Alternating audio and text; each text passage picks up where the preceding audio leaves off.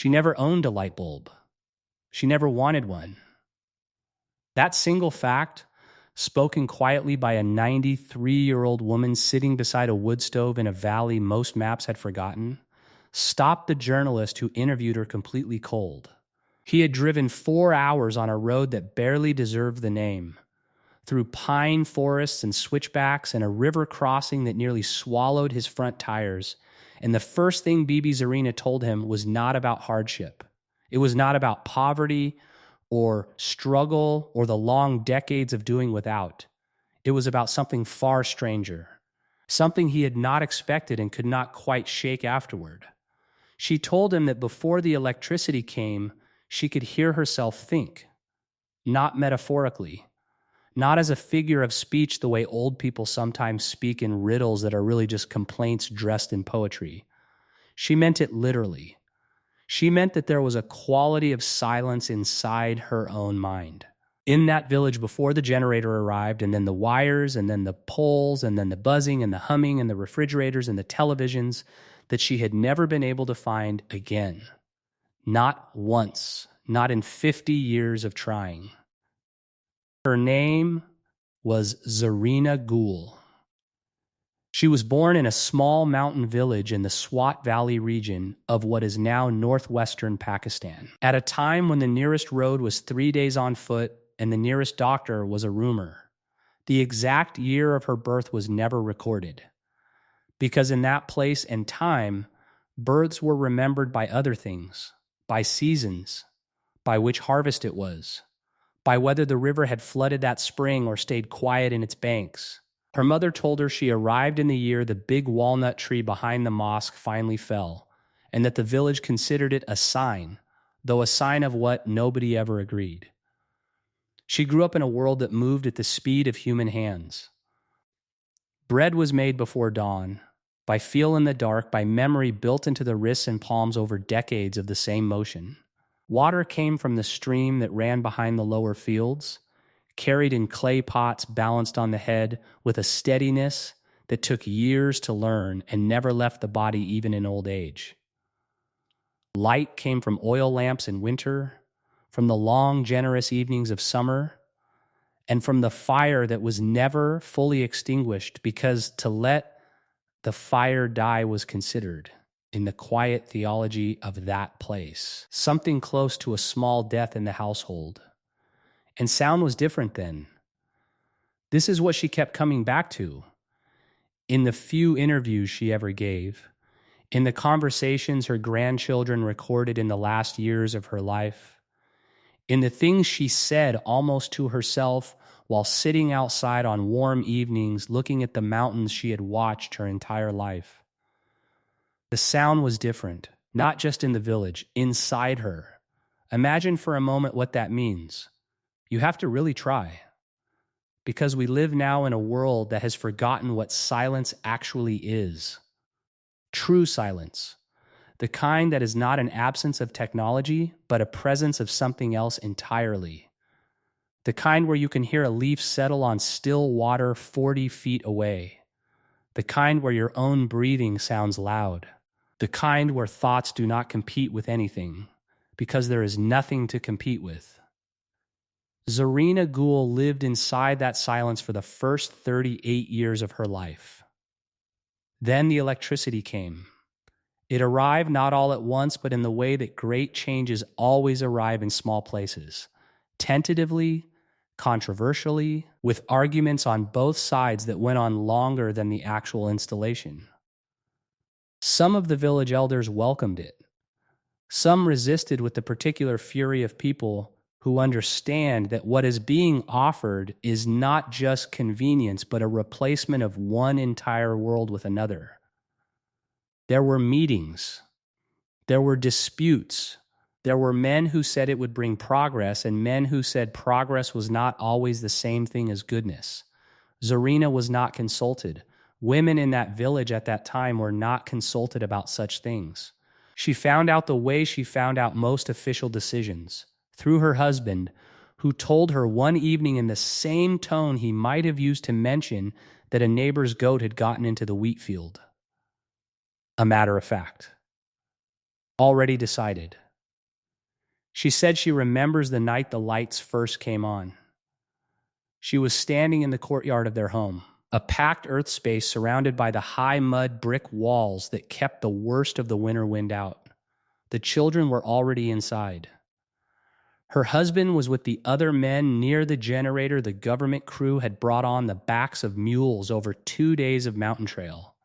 And then there was a sound she had never heard before, a mechanical thrumming that seemed to come from everywhere and nowhere at once. And then the single bulb strung above the doorway of the headman's house blazed into life. The village made a sound, a collective intake of breath, a kind of communal gasp that she said was both beautiful and frightening, the sound a crowd makes when they witness something that cannot be undone. She did not gasp. She stood very still. What she felt in that moment, she said, was not wonder.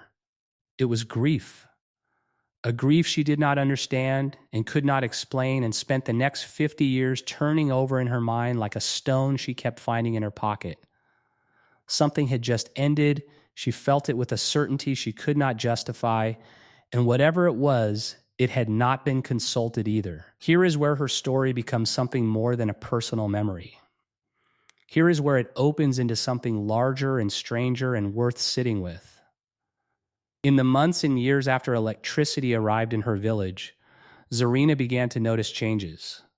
Not just in the routines of daily life, which everyone noticed and most welcomed.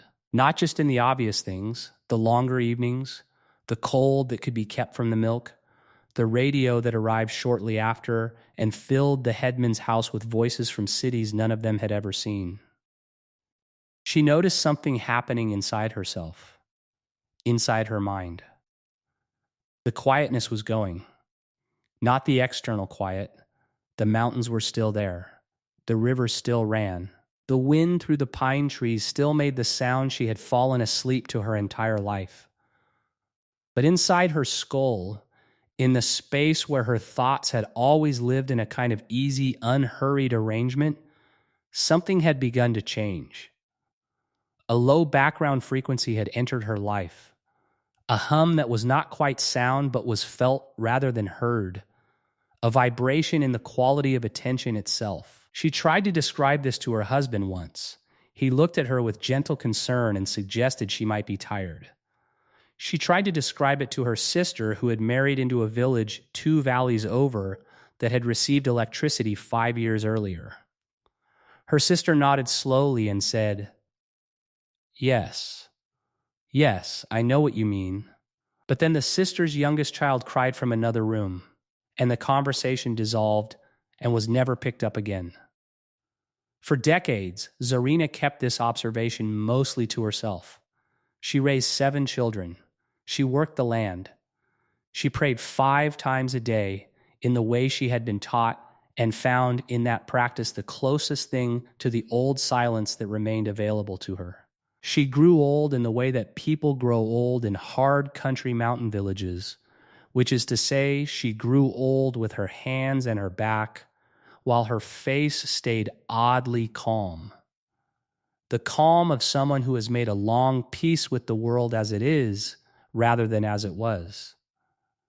But she never stopped noticing, and she never stopped comparing. When her grandchildren visited from the city, which happened more and more as the decades passed and the road improved and the valley was slowly stitched into the wider world, she watched them. She watched the way their eyes moved, the speed of their attention, the way they could not sit in the courtyard for more than a few minutes without reaching for something, doing something, filling the air with sound or motion. She did not judge them. She loved them completely. But she watched with the eyes of someone who remembered a different arrangement of the human mind and recognized in their restlessness something she could put a name to. They had never known the quiet, so they did not know they had lost it. This is the thing about Zarina Gul's testimony that lodges in the mind and refuses to leave. She was not speaking about electricity as a technology. She was not making an argument about development or modernity or whether progress had been good for her village. It had been. in most of the ways that matter, in the lives saved and the hardships reduced and the children who could study after dark. She was speaking about something subtler and more personal. She was speaking about what happens to the interior of a human mind when the world around it changes its fundamental frequency.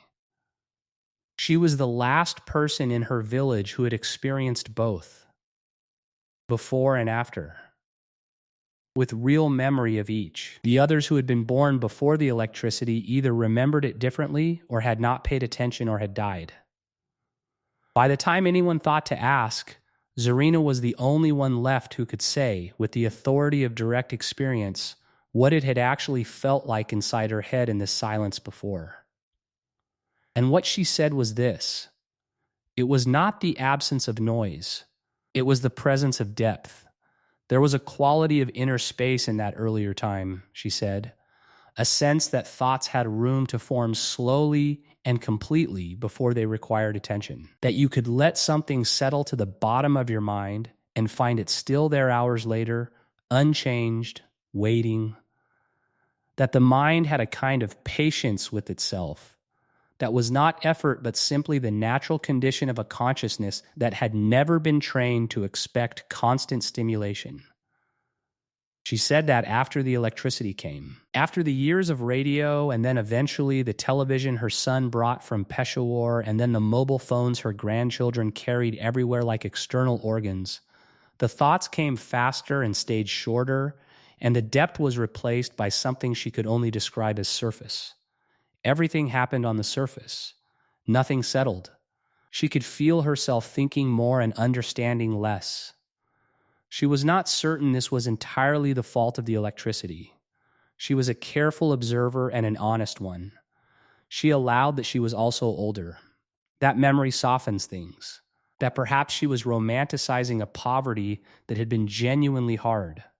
That the silence of kerosene lamps and pre-dawn bread making was also the silence of limited choices and early death and women who never got to decide. She held all of this alongside her grief without trying to resolve the contradiction, because she was old enough to know that most real truths are contradictions. But she came back always to the thing she was certain of, the thing no one could argue out of her because it was not an argument, it was a memory. Hers, real before the electricity, she could sit with a thought for a whole day. She could place a problem in her mind in the morning and let it live there, undisturbed, through the hours of work and prayer and cooking and children. And by evening, the answer would simply be there, formed without effort, the way bread forms by the patient action of warmth over time. This was how she had always thought. This was the architecture of her inner life. And it worked. It produced in her a quality of certainty, a groundedness in her own knowing that she recognized she had lost. She said she still tried. Even in her 90s, she still tried. She would wake before the call to prayer in the few dark minutes when the world was most itself, and she would try to find that original silence. Sometimes, briefly, she found something close to it, a sliver of the old depth, the old, slow patience of thinking. And in those moments, she said she felt like herself again. Not the old version, not the young woman carrying water from the stream, just herself, fully, without the noise. And then the call to prayer would sound, or a phone would ring somewhere in the house, or a vehicle would pass on the road below the village, and it would be gone.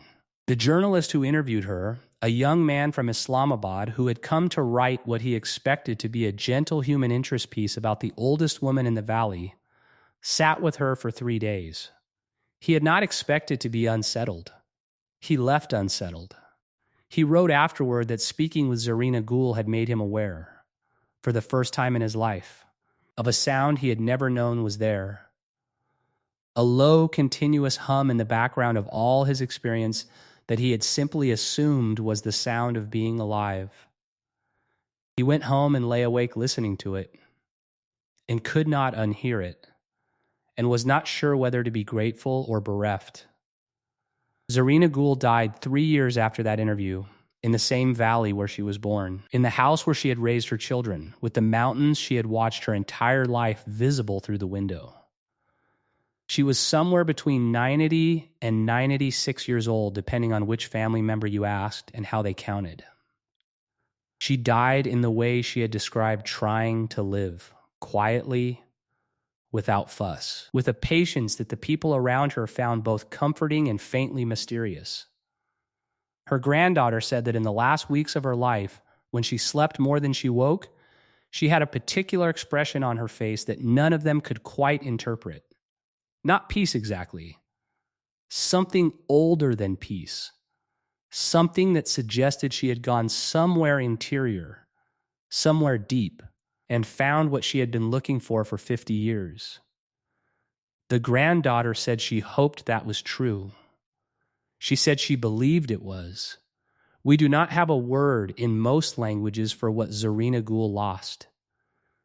We have words for silence and words for peace and words for inner calm, but none of them quite capture what she was describing. The quality of mind that exists before a world teaches it to be busy. The depth of attention available to a consciousness that has never been trained away from depth.